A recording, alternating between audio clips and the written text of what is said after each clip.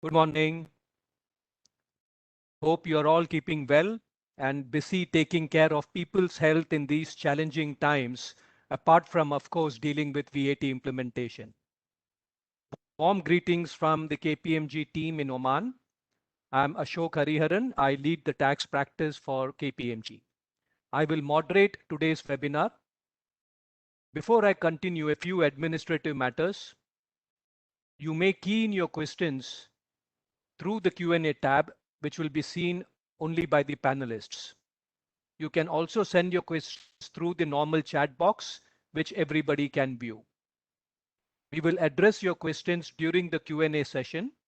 Please do not wait for the presentation to end to post your questions. After the webinar, please do take a minute to complete the feedback survey. Your comments will always be appreciated. Finally, as is the practice, this session is being recorded. The VAT go live date of 16th April 2021 is now only a month away. You may be aware that the tax authority issued the much awaited executive regulations in Arabic on 14th March. We are reviewing them and will keep you updated through our news alerts. We have had 4 very interactive seminars in the last 7 days focusing on the manufacturing, retail, transport and logistics and hospitality sectors.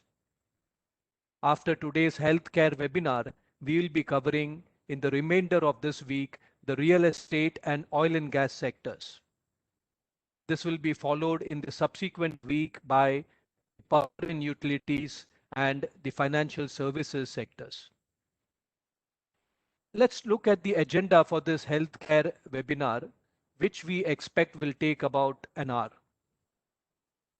After my introduction, we will provide you with a status update on the VAT implementation. We will take you through the Oman VAT framework and then deal with specific issues for the healthcare sector. These include matters such as VAT exemption for healthcare services, zero rating of medicines and medical equipment. How do you treat mixed or bundled supplies? What about the taxability of free healthcare provided by government hospitals? Patient care covered by medical insurance and billing arrangements with insurers. Doctors' samples and schemes. Treatment of add-on services in hospitals such as room rent, TV, telephone, meals, etc. Apart from understanding the issues, you also need to make sure that your IT systems understand VAT requirements. What changes do you need to incorporate in your ERP to not only deal with the day-to-day transactions, including raising VAT compliant invoices, but equally important to generate the reports that would be required for reporting to the tax authority. After the IT considerations, we will identify the next steps for you to be ready for the VAT go live date. I'm pretty sure businesses will get there as they did in Saudi Arabia, UAE, Bahrain, despite many challenges they would have to deal with. Please remember that the go live date is not the sole objective. You need to be confident that your VAT implementation stands scrutiny later by the tax authority and you have strong advisors who can help you engage with the tax authority. You would also need to take into consideration new clarifications, guidelines, which are bound to be issued as both businesses and the tax authority settle into the new VAT era. We continue to be engaged with the tax authority for our clients' benefit. In order to take you through all these topics, we have a distinguished panel of VAT specialists. We have Abha, who hopefully is a familiar face, having been in Oman for the last 3 years. She is now a partner in our tax practice. She has not only helped us establish a strong indirect tax practice to complement our well-recognized corporate tax practice, but has also been playing an important role in sharing insights on VAT to businesses and the tax authority based on her experience in the GCC states and in India. We are supported in Oman by Dermot, a very experienced retired KPMG partner. We are fortunate to be able to get his vast experience across sectors and countries, including the UK, Australia, South Africa, and more recently the UAE. Lastly, we have Julie, who is not only a VAT specialist, but more importantly, a tax technology specialist. She has been helping a number of businesses in Oman upgrade their ERP systems to deal with the Oman VAT legislation. With this, I will now request Abha to give the VAT status update and take us through the Oman VAT framework.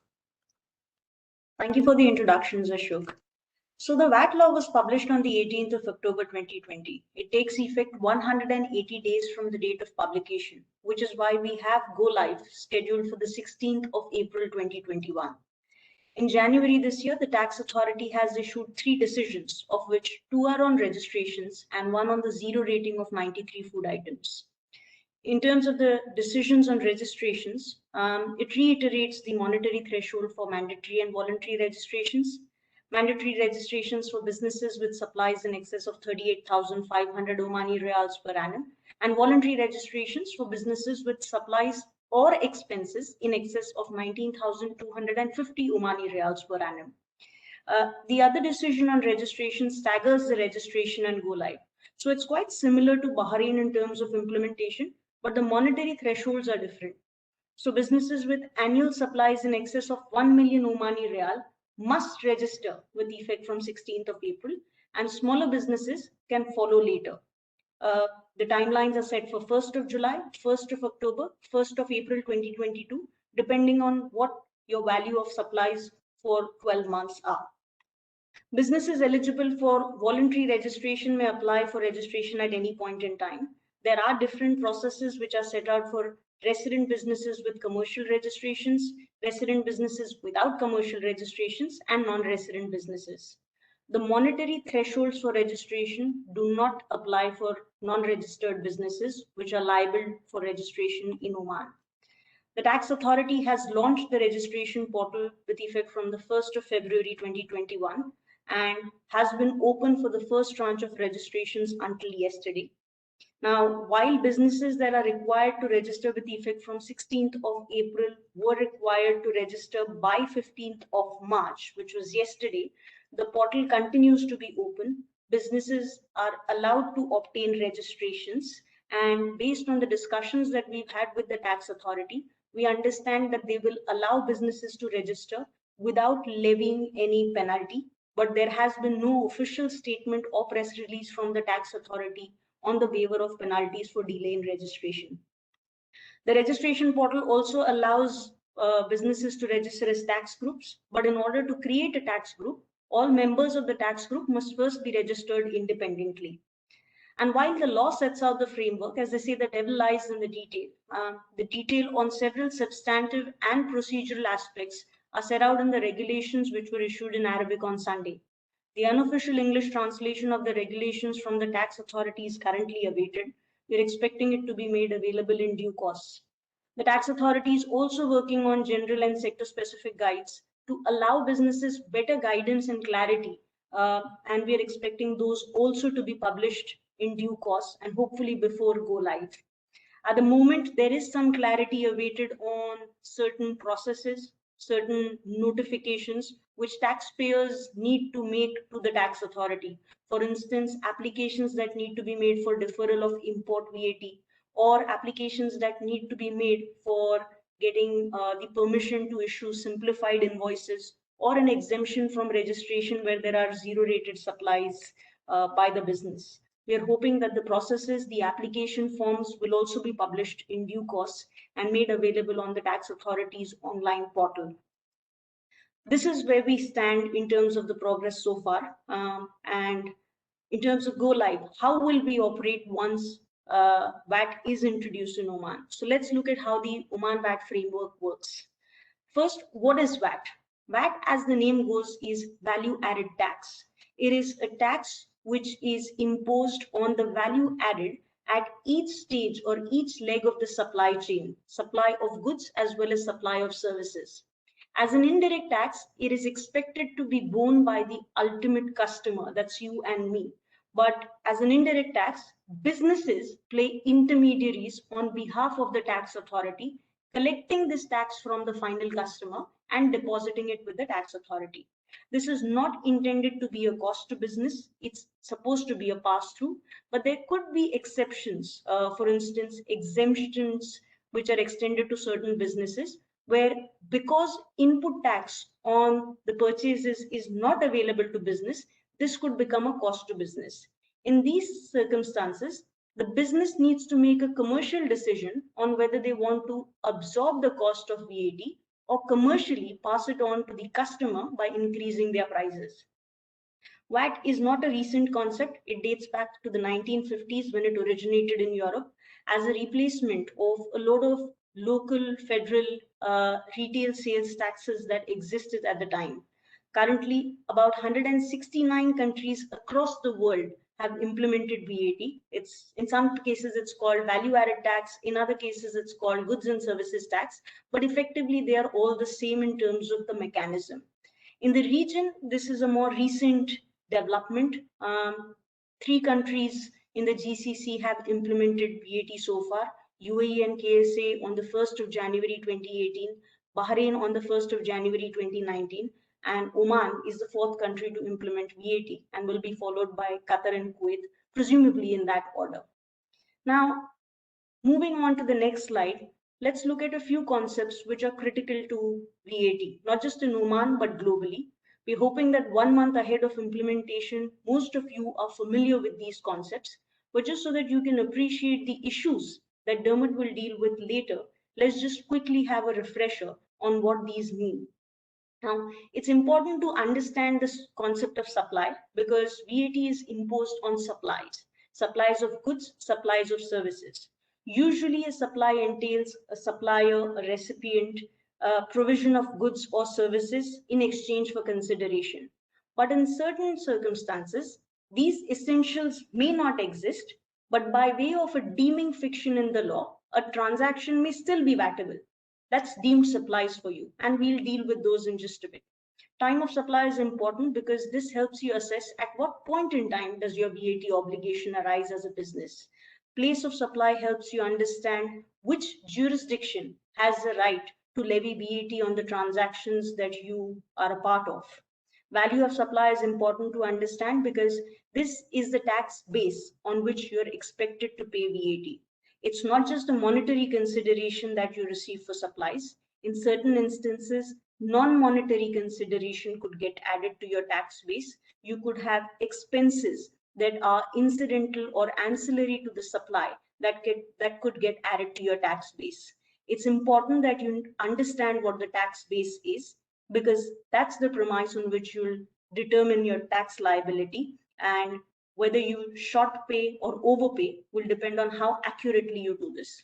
There's also provisions for exclusions from the taxable value, which need to be understood, and the conditions under which you can make exclusions from the taxable value also need to be understood before you make any deductions. Reverse charge is important to understand because typically the VAT is charged or the obligation of the supplier who's making the supply of goods or services. But as the nomenclature goes, in certain instances, there is a reverse charge. The charge is reversed. So instead of the supplier having to discharge the obligations of VAT, the recipient needs to do that. In Oman, this will typically be the case in case of import of goods, import of services, where the supplier is an overseas entity, does not have a registration or presence in Oman, and therefore it becomes the obligation of the resident business that is importing the goods, importing the services, and is registered for the purposes of VAT to identify or ascertain their VAT obligation on such purchases and report them and pay them to the tax authority. Input tax is an extremely important cog of the entire VAT mechanism.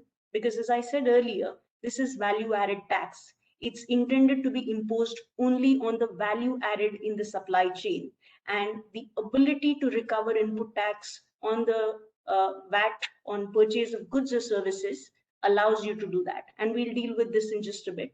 And then on to compliances. So if we move on to the next slide, we can see the types of supplies which are most critical to the VAT concept. You have taxable supplies, which include standard rated supplies and zero rated supplies. What these mean is that the supplier will charge a VAT to the customer. It may be in case of a standard rated supply at the standard rate. In Oman, that is 5%, or at a 0%, which is the zero rated supplies. And because there is a VAT charged on the supply, the supplier is eligible to recover the VAT they incur on the purchase of goods or services used to make that supply. Now, while this is the subclassification of taxable supplies, there's also exempt supplies. In case of exempt supplies, as the name goes, the supply is exempt from tax. And because it's exempt from tax, the supplier is unable or ineligible to recover the VAT incurred on the purchase of goods or services used to make these supplies. Now, it's important to understand the distinction between zero-rated supplies and exempt supplies. In case of exempt supplies, there is a cost attached to the purchase and may require commercial considerations when you're looking at the pricing of the products that you're putting out in the market. This will also be important to the healthcare sector, because we'll see on the next slide how some of the exemptions or zero ratings are relevant to the healthcare sector. In addition to this, there's also out of scope supplies and suspensions, which we'll deal briefly in the next slide. So if we move on to the next slide, it shows us how the Oman VAT law treats certain sectors. And what's most relevant to our session today is, in terms of exemptions, the Oman VAT law sets out an exemption for healthcare services, as well as goods or services related to healthcare. The executive regulations now set out the details or the scope of what would qualify for an exemption. In terms of zero rating, if we look at the Oman VAT law, it allows zero rating for medicines and medical equipments, which are likely to be specified by way of a list. Earlier this year, the tax authority issued a decision which set out the food items which are zero rated. And the way they did that was they put the HS code, the description of the item, and said these were zero rated. We are expecting a similar list would be issued for medicines and medical equipments that they intend to zero rate. It is not available yet, but we are hoping that will be published in due course and hopefully before go live. So you already have the possibility of an exemption and a zero rating existing in your business. Zero rating for supplies which are made outside the GCC is also extended to export of goods. But you have to have the physical and you have to have the document for the physical export, or to evidence the physical export, and re-export of goods which are temporarily imported into Oman. We've seen it has been a common phenomena given the embargo in trade with Qatar, when goods were brought into Oman for export to Qatar. So if you have that transaction in your business continuing, you may need to look at how zero rating applies to your business. The Oman VAT law, as well as the executive regulations, also suspend VAT on certain transactions. This is for supplies which are made to, from, and within special economic zones, and certain custom suspensions. Out of scope are transactions where these transactions are not considered as a supply for the purposes of VAT and therefore do not have a VAT implication. The question in these cases is, if these supplies or if these transactions are considered as out of scope, would that raise a question on the business's ability to recover input VAT on the purchases that are used to make such transactions happen? With that, if we can move on to the next slide, we look at deemed supplies. As I mentioned earlier, these are transactions that ordinarily would not qualify as a supply, but because of a deeming fiction, still fall within the scope of VAT. The basic premise of a transaction to qualify as a deemed supply is that the business should have recovered input VAT on the goods or services which are forming part of the deemed supply. And usually in a business, the instances where you will typically see deemed supplies where goods or services are supplied free of cost without consideration. These could be in the form of gifts, these could be in the form of samples. There could be certain exemptions, certain exceptions, but you would need to be careful about these transactions qualifying as deemed supplies. Next is when you are purchasing goods with the intention, sorry, if you could go back to the previous slide. Another example of deemed supplies is where you purchase goods or services with the intention of making taxable supplies, but then you apply them to exempt supplies or non-taxable supplies. And the other example would be where you purchase goods or services, deduct input tax with the intention of using them for business or for your economic activity, but you eventually use them for personal purposes or not for the purpose of your business. So these are a few examples which are commonplace in businesses in the healthcare sector, which could have an exposure of deemed supplies. If we can move on to the next slide, we then deal with the time of supply, which is at what point in time does a business need to pay VAT? In the general rule is VAT is payable at the earliest of the date of supply, date of issuance of tax invoice, or date of payments. And this is when you need to look at your obligation to pay VAT. In case of imports, the general rule is that you would need to pay VAT at the time of customs clearance upfront in cash. But the VAT law and the executive regulations allow importers to apply to the tax authority for a deferral in payment of VAT on imports from the time of import to the time of filing the returns.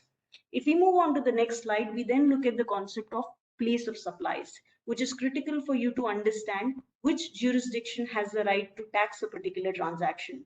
In case of supply of goods, which involves transport, it is where the transport originates. In case of supply of goods which does not involve transport, it is where the goods are made available to the customer. There are certain special rules that apply to special circumstances, but the other place of supply rule which is relevant is supply of services. Anything that does not qualify as a supply of goods for VAT purposes could qualify as a supply of services. It doesn't necessarily have to be an activity that you do. Even tolerating an act or abstaining from doing an act in exchange for a consideration could qualify as a provision of passive service. And the place of supply rules for services require that if the transaction is with a unregistered customer in the GCC, the place of supply is Oman, and in all other cases, it's the customer's place of residence. If we move on to the next slide, we then look at the input tax recovery mechanism, which has been set out in the Oman VAT legislation. The basic principle is that goods or services that are purchased for use or are intended to be used in making taxable supplies, which is standard rated as well as zero rated supplies, or exempt supplies outside Oman, the business would be eligible to recover input VAT. In order to recover the input tax, you need to be registered, you need to have a valid tax invoice, in which case you have the right to recover this input tax up to 3 years from the tax period in which your right to deduct the input tax arose.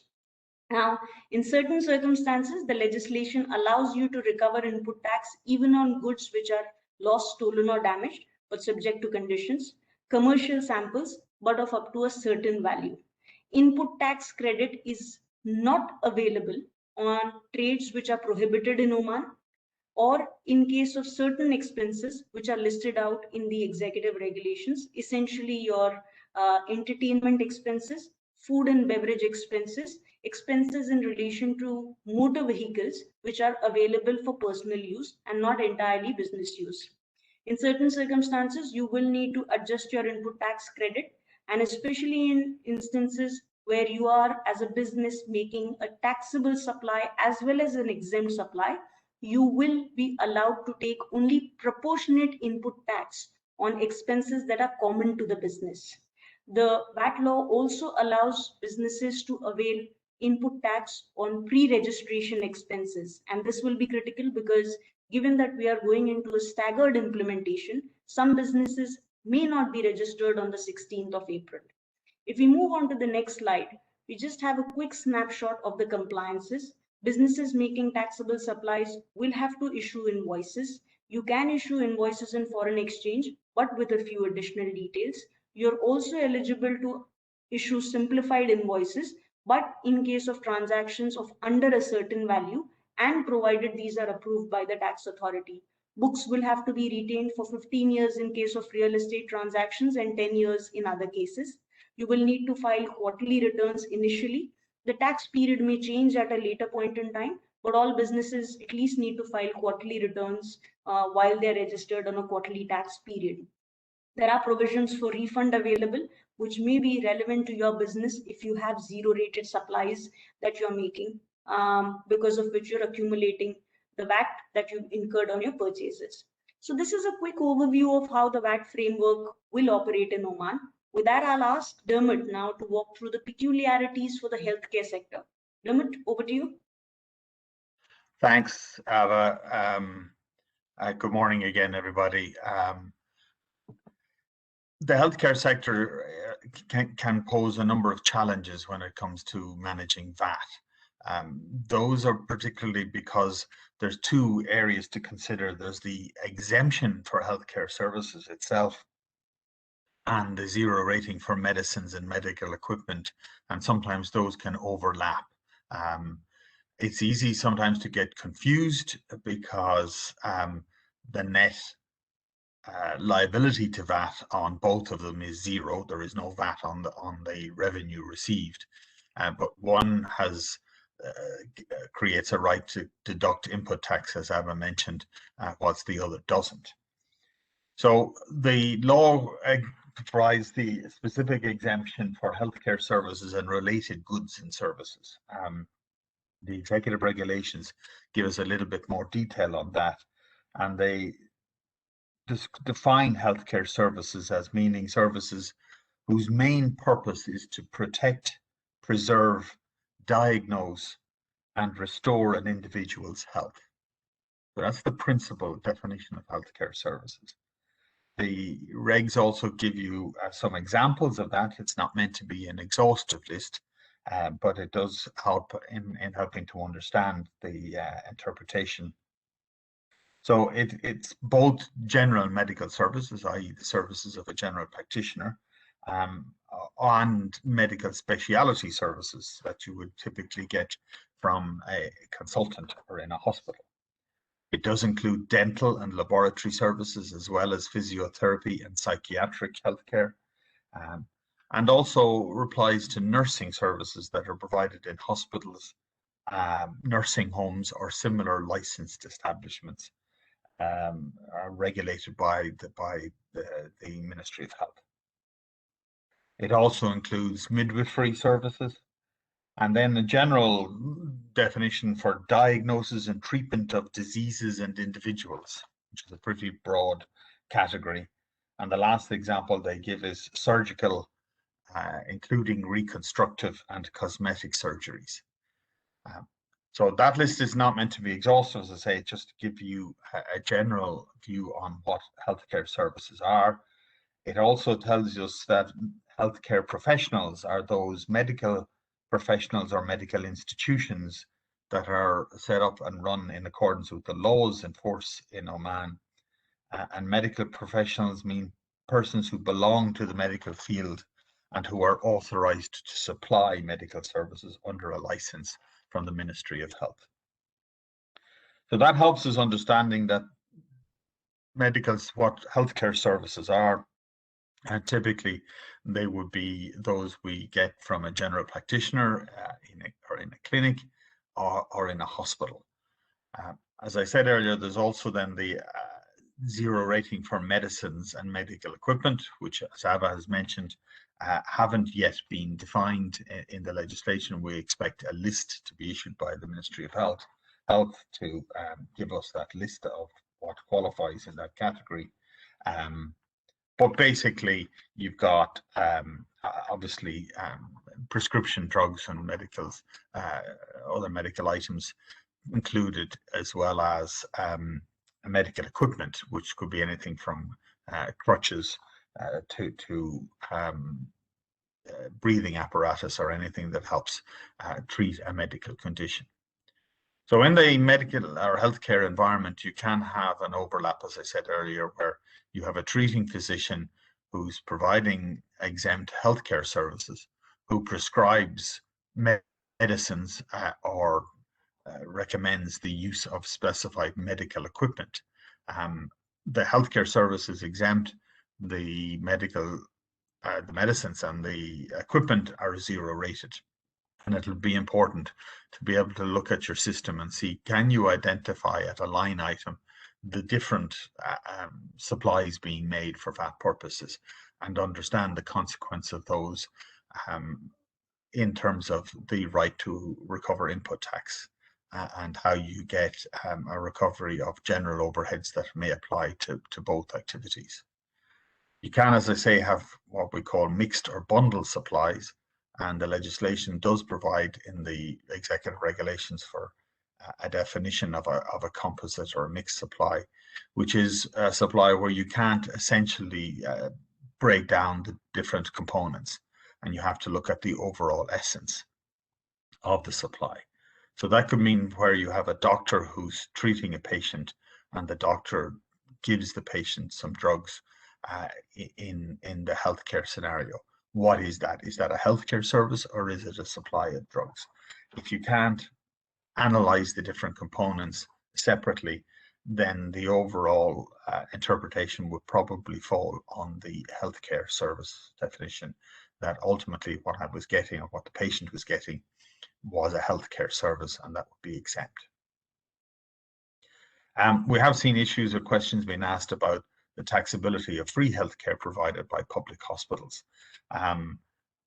In essence, where, as Abba had described earlier on, where something is given away free, it can be a deemed supply, but the underlying or essence of the service still has to be looked at. And if that is a healthcare service, it is exempt from VAT. So just because it was given away free doesn't suddenly create it into a VAT liability.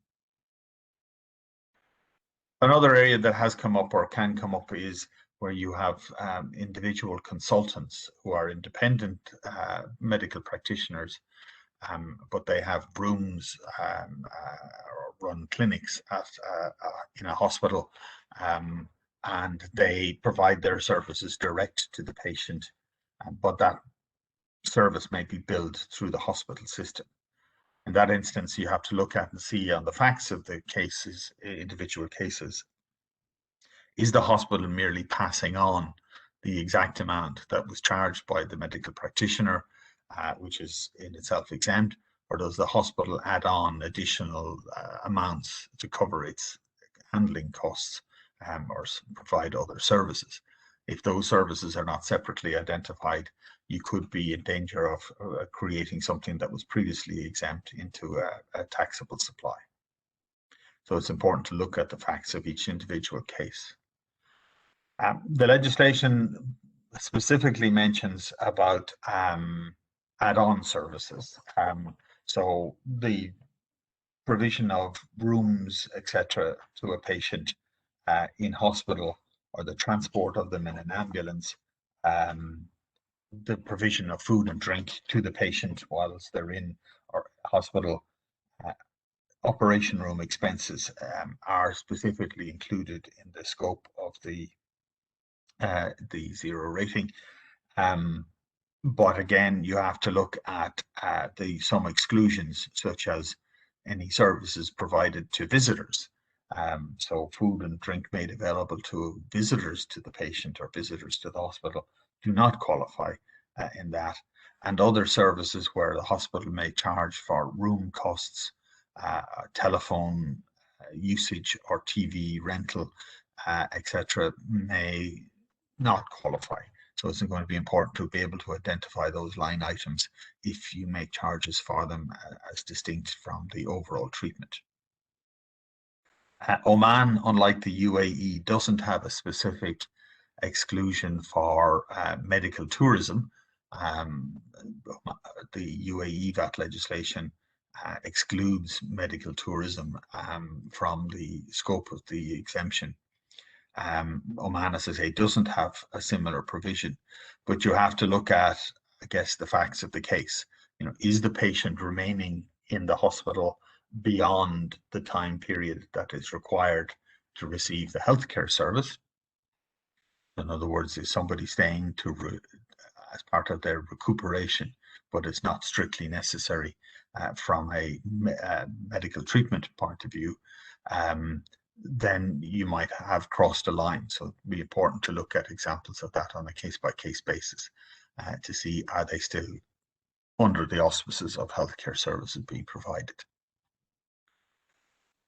Another area that gives rise to a lot of questions and some difficulties at times is the question of medical insurance and how billing arrangements between the hospital and the insurers operate.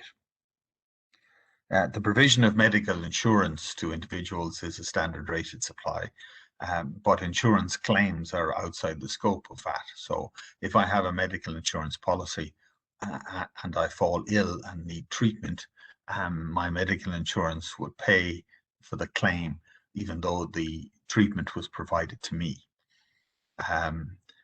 The medical or the hospital, the healthcare provider may determine to bill direct to the medical insurance rather than bill me and me claim it back. But that doesn't change the nature of the supply. The supply is still between the hospital and the patient.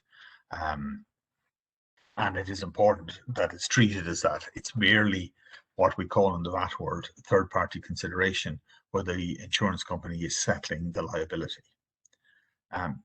Tricky one to watch again is where there's a gap in the medical insurance cover, i.e. the amount of insurance cover doesn't cover the full cost of the treatment and the patient needs to make a contribution. How those invoices and bills are set out is going to be important, to be clear that you are showing the gross amount for the services provided, and then you're treating the settlement, part settlement by the insurance company and the part settlement by the patient as just forms of payment. There is a zero rating for goods for special needs patients, and there is a definition in the legislation on that, which you need to look at to make sure that if you are treating or providing equipment to a special needs patient, that you can qualify for the zero rating. Physicians, samples and schemes. Abba mentioned the question of free gifts. And obviously you have to look at that. The basic principle in that legislation in Oman is that where samples are provided to a customer to promote the item itself, then that subject to monetary limits, those are not deemed supplies. But those monetary limits are quite low, and it's important to be able to monitor.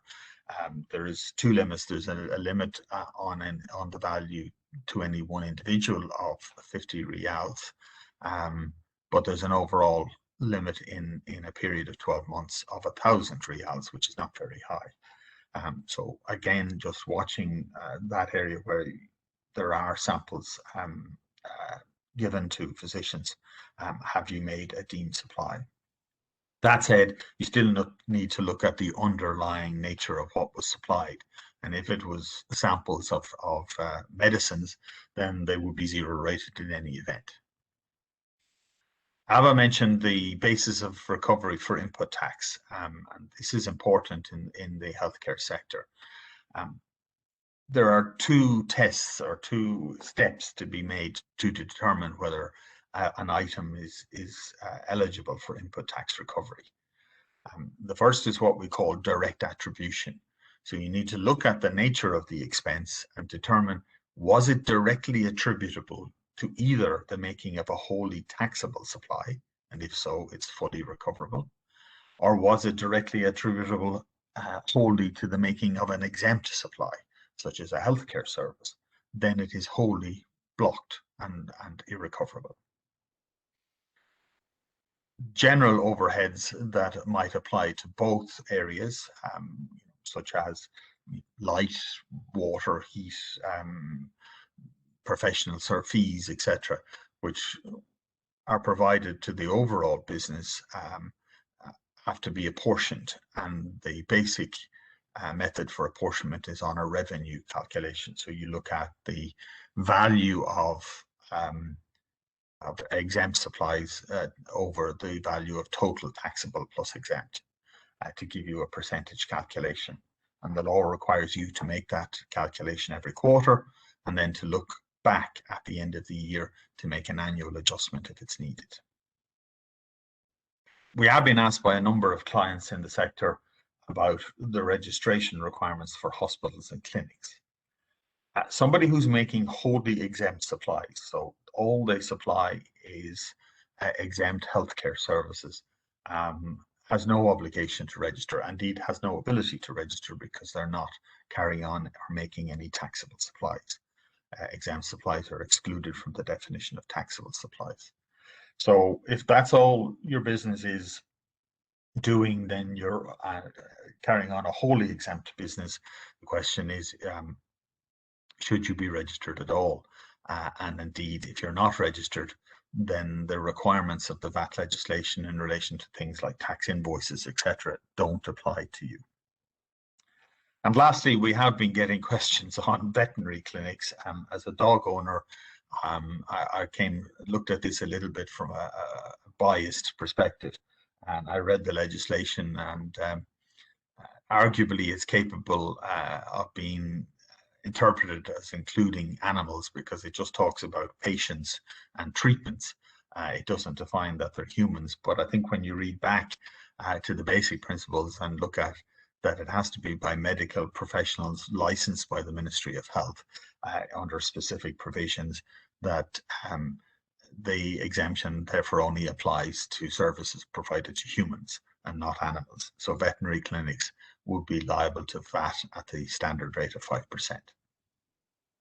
So those are just some of the areas that are particular to the healthcare sector. Hope that has sparked some thought in your minds, and some areas that you may need to consider as we get closer to the go live, as Ashok mentioned, in a month's time. I'll hand back at this stage. I think it's back to Abba. Or Julie, sorry, apologies.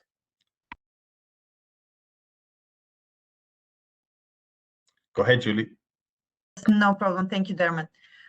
So I will quickly take you through what looks like a very busy slide, but there is an intention in this because VAT is a transactional tax that touches basically all the transactions that go through your administration in terms of your purchases, your sales, and therefore in order to be able to prepare a compliant report, you do need to be able to capture all the different transactions within your financial systems. And I think for the medical sector, it actually becomes even more complex given the zero rating, the exemptions, and the possible recovery restrictions as well. So that means that you need to have different variations in your system to be able to capture all the different transactions, to be able to have a detailed enough reporting that will allow you to then calculate what is the percentage, what is the ratio of your taxable turnover against exempt one, because that ratio will be important in order to determine what is your recovery rate on the input side. So this whole complexity, if we try to break it down a little bit into small pieces, what we can cover in the next, say, 10 minutes. I think when it comes to your industry, an important thing is to look at your master data and determine what is taxable, what is zero rated, and what is exempt.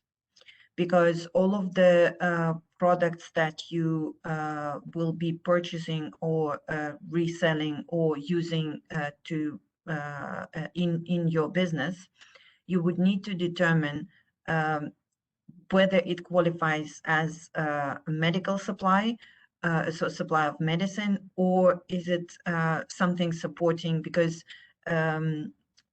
if we look at, for example, what has been happening in the past in UAE, then things that would not be zero rated initially, things like the masks and protective wear, now it became zero rated because of the importance of those materials in the current environment. So that will be the first point to determine which of your items that you have in your financial systems, what of those will be taxable, what of those will be zero rated, and what may be exempt, also considering your supplies. Similar would apply if you need to categorize your customers. Do you consider the exemption to be applied to the certain group of customers?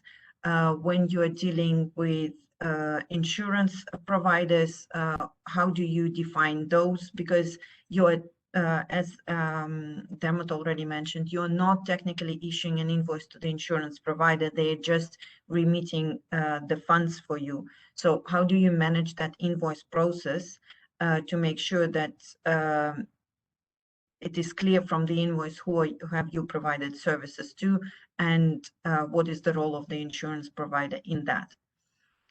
I've mentioned invoicing as well.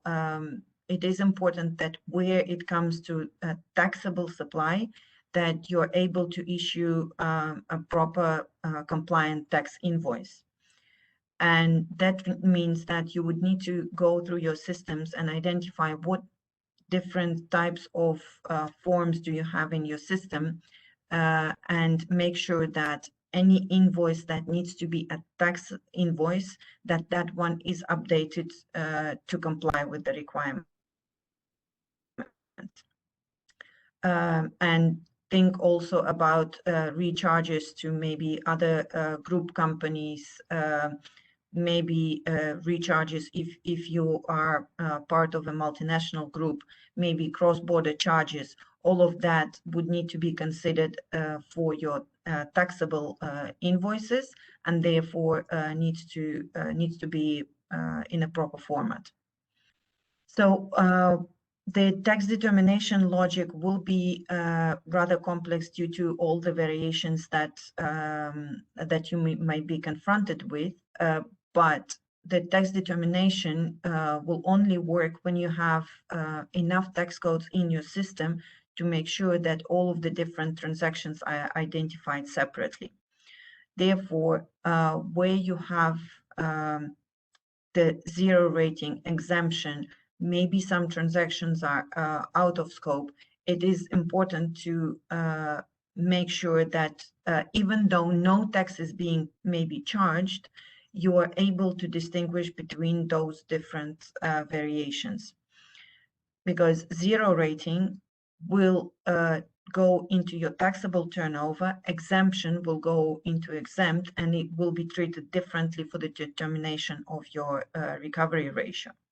On the input side, again, important to distinguish, even if your supplier has not charged you VAT, and especially when it's a foreign supplier, do you consider it a zero-rated invoice, or is it an invoice where you need to apply a reverse charge because it's an import of service? So there will be a lot of variations that you need to consider, also given your the necessity to allocate different costs for the apportionment application.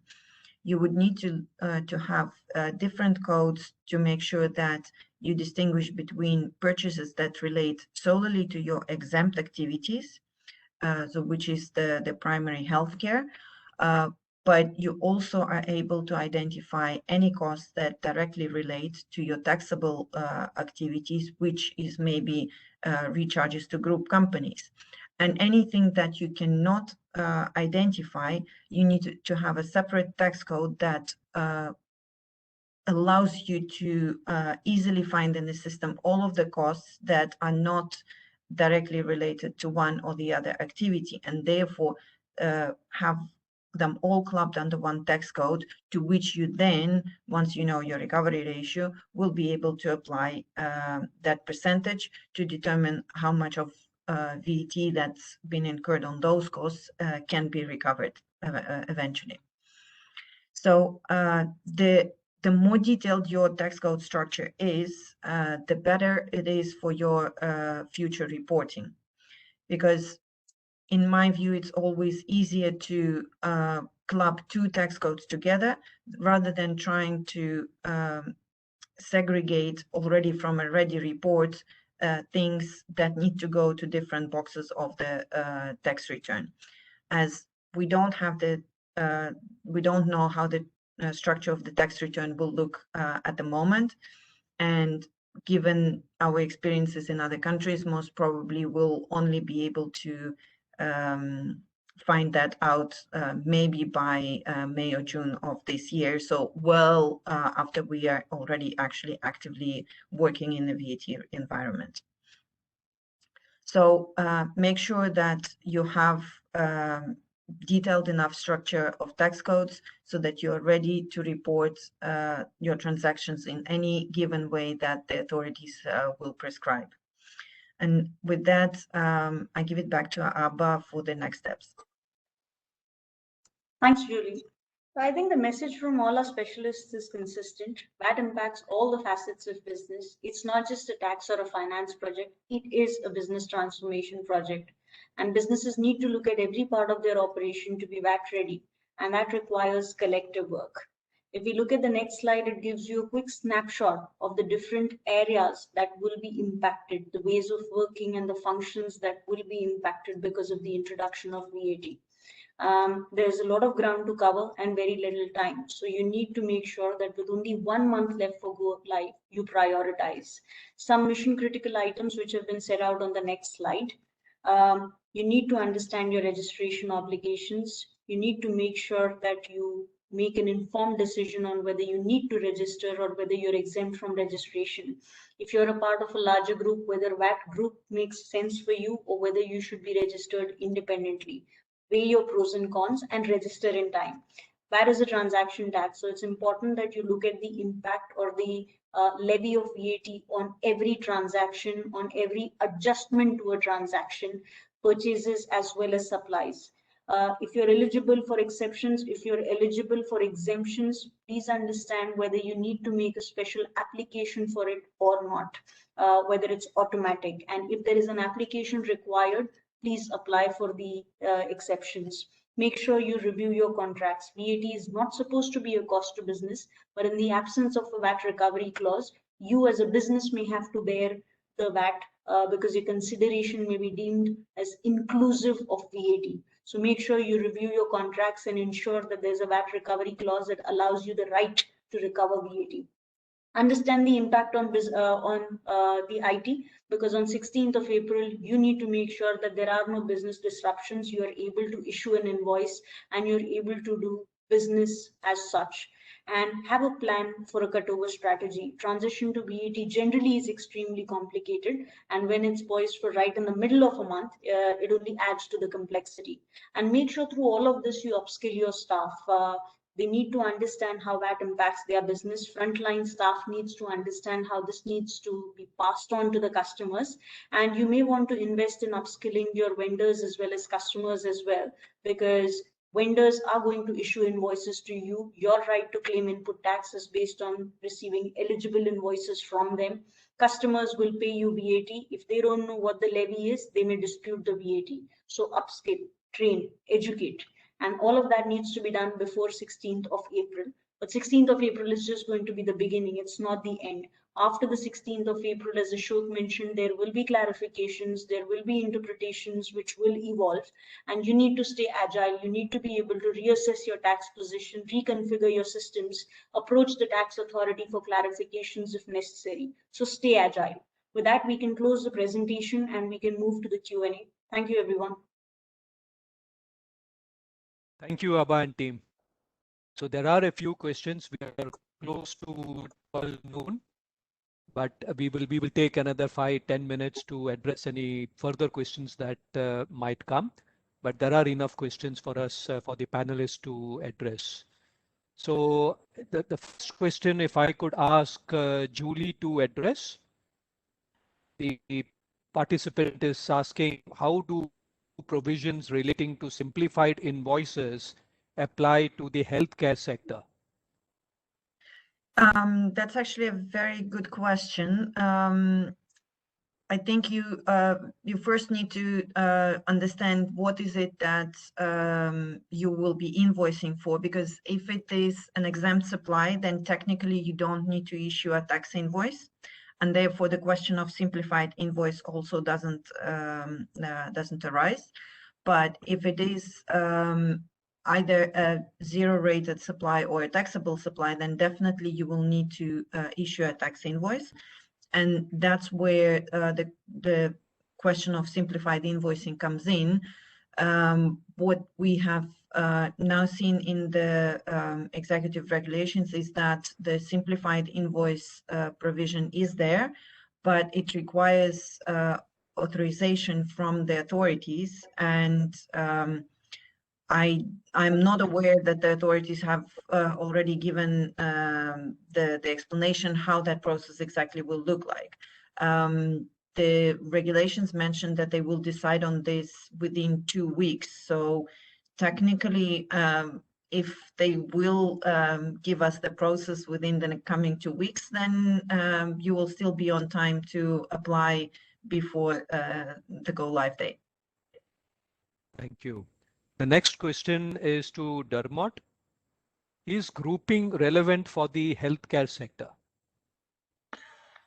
It could be, but there is an exclusion that an entity that is exempt or partially exempt can't join a tax group. So you need to have somebody who's making either zero-rated or standard supplies to be eligible. So somebody who's supplying medical medicines and medical equipment in that area could be eligible for inclusion in a tax group. Clear. Abba, next question to you. One of the attendees is saying that they have a customs duty exemption, presumably based on the classification of products in the customs tariff. Given this exemption, would they also be eligible for an import VAT exemption? So a customs exemption, and yes, in this case, it's probably coming from the customs tariff where it's a nil rated import, does not imply that there is a VAT exemption available. In order to ascertain your VAT obligations, you need to look at the exemptions or the suspensions under the VAT regime. So if the product that you're importing is exempt as a healthcare product or is zero rated as a medical equipment or medicine, then you needn't pay import VAT at the time of customs clearance. These will be eligible for special treatment under VAT. But if they are not eligible for a zero rating or exemption under VAT, a customs exemption will not imply that they get a special treatment for VAT too. One more question, Abba. Will import VAT apply on import of medicines and healthcare products which are exempt or zero rated? So like I said, if your products, when you supply them, or if the services that when you supply them are zero rated or exempt in Oman, then a similar treatment would apply when you're importing them. So if you're importing a product, which is a healthcare product, which if you were to supply it in Oman would be exempt, it would be exempt at the time of import. You will not have to pay a VAT. Similarly, if it's zero rated when supplied in Oman, then at the time of import, you would zero rate the product. You wouldn't have to pay a VAT on it. Okay, clear. This is a question dealing with a company, a pharmacy having mixed transactions, medical products as well as non-medical products. So the questioner is asking, and I could ask Julie to respond to this if possible. In a business to consumer context, like a pharmacy to a consumer, what adaptation should the pharmacy take to comply with VAT for transactions related to the non-medical products? Well, I think the question that we had on the simplified invoices is probably a very valid one, because for non-medical products, you would need to issue a tax invoice, and I would definitely suggest to wait and see when the authorities will give us guidance how to apply for simplified invoicing, and definitely try that application. Also, you need to be sure to segregate your purchases of non-medical products from medical products to be sure that you are applying correct treatment there. Yeah, I think a pharmacy will probably be quite a complex business to run with all the complexities of it. Right. Okay. Dermot, you addressed the issue around veterinaries. The question here is, what about dental college education? Would VAT be applicable? So there are two exemptions in the law that are relevant. There is an exemption for dental treatment and dental services, but you then have to look at the exemption for education, and there's specific separate exemption for education services, which includes vocational and technical training that leads to a practical education or to qualify for a profession or to practice a profession. So training somebody to be a dentist would qualify as an exempt education service, separate to the actual exemption that applies to dental care by a professional. Right. Okay, I think we addressed a few questions. I'm conscious of the time, so I would really like to thank all the panelists and, of course, all the attendees. We at KPMG are there to support you as you get ready for the go live date. I'm sure we will be in touch. Thank you very much. All right. Thanks, everyone. Have a good day. Bye.